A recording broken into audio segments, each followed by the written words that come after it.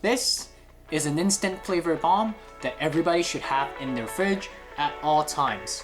Making this will save you time, money, and instantly level up your home-cooked meals.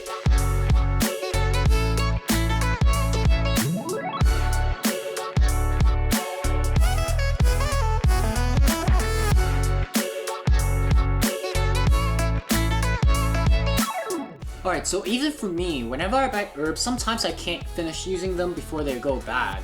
And it sucks because it just adds up on your grocery bill, it can get expensive, and it's wasteful. So this will be a great recipe for people who have the same issue. I'm also going to talk about why this will save you a lot of time and work later in this video. Alright, so first off, we're going to let 1 pound of unsalted butter soften room temperature for minimum an hour.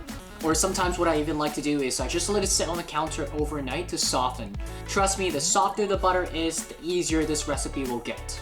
And I only use unsalted butter because I find salted butter has a weird aftertaste that I don't like, probably from using poor quality salt. I also like to have full control of the salt level of everything that I make, and that's why I swear by unsalted butter. Next, let's talk about herbs. You can pretty much use anything here in this case, with a few exceptions that I personally don't recommend. And that would be basil, cilantro, and mint. Otherwise, the combination of the herbs you will want to use really depends on what you're more likely to cook with this butter. For example, if you're cooking a lot of red meats, rosemary, thyme, chives, and parsley will be amazing. And for white meats and seafood, fresh thyme, parsley, chives, tarragon, or sometimes even dill would also be a great choice. Today we're going to be using a combination that would literally go well with anything. We're going to be using parsley, fresh thyme, chives, shallots, and garlic. Alright, we're going to peel and mince about 4 to 6 cloves of garlic, and then brunoised, which is a culinary term for finely diced 1 shallot.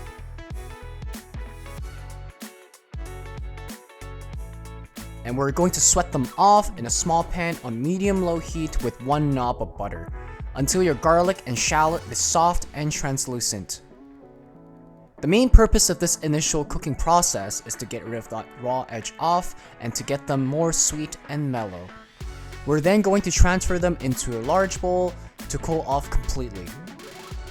Next, we're going to pick and chop about 2 tablespoons of fresh thyme, making sure you don't get any of the thick stems, and transfer them into our mixing bowl. And we're going to chop half a bunch of fresh chives, making sure that they are nice and sexy like this and not like this. And again, transfer everything into your mixing bowl. And we're going to bundle out 1 small handful of parsley and chiffonade it, meaning you only slice it through once going one direction. And it should look something like this. Last but not least, we're also going to put that with the rest of our mixture.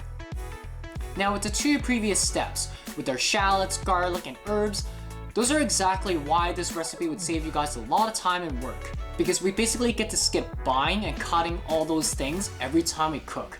And that is why this is a must-have item at all times in your fridge.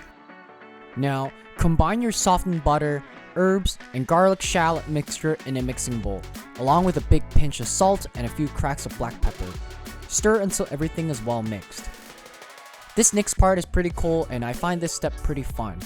We're going to set a long sheet of plastic wrap onto a work surface, divide your butter into roughly 3 equal portions and scoop them right into the center of your plastic wrap. Fold the bottom half of the plastic wrap over towards the top side and shape your butter into a rough log shape like this. And don't worry about getting it perfect at this point because once we tighten it at the end, it will work itself out. We're then going to roll everything over, grabbing both ends of the plastic wrap and roll them like a sausage until it's nice and tight. This should also naturally shape your log into a nice even roll. Repeat this until you have all 3 rolls. So that is it guys. I like to keep one of the logs in the fridge so that it's always ready to go. Whenever I need them, I just take it out, cut off a slice, and throw them into whatever I'm cooking, giving my food an instant flavor bomb. And for the rest of the rolls, I just keep them in the freezer and thaw them in the fridge when needed. This butter should last about 3 weeks in the fridge and at least 1 year in the freezer. And for whatever reason, if you can't use all of this within a year, I'm sorry, something's wrong with your life and you should reflect on that a little. Anyways, for the next video, we're starting a new series called Date Night Ideas. We're gonna be doing dishes that will definitely impress your date, so stay tuned for that. If you like the video, give it a thumbs up, subscribe to the channel, and leave a comment down below and let me know what you guys will be using this butter with. Thanks for watching, and I'll see you in the next video.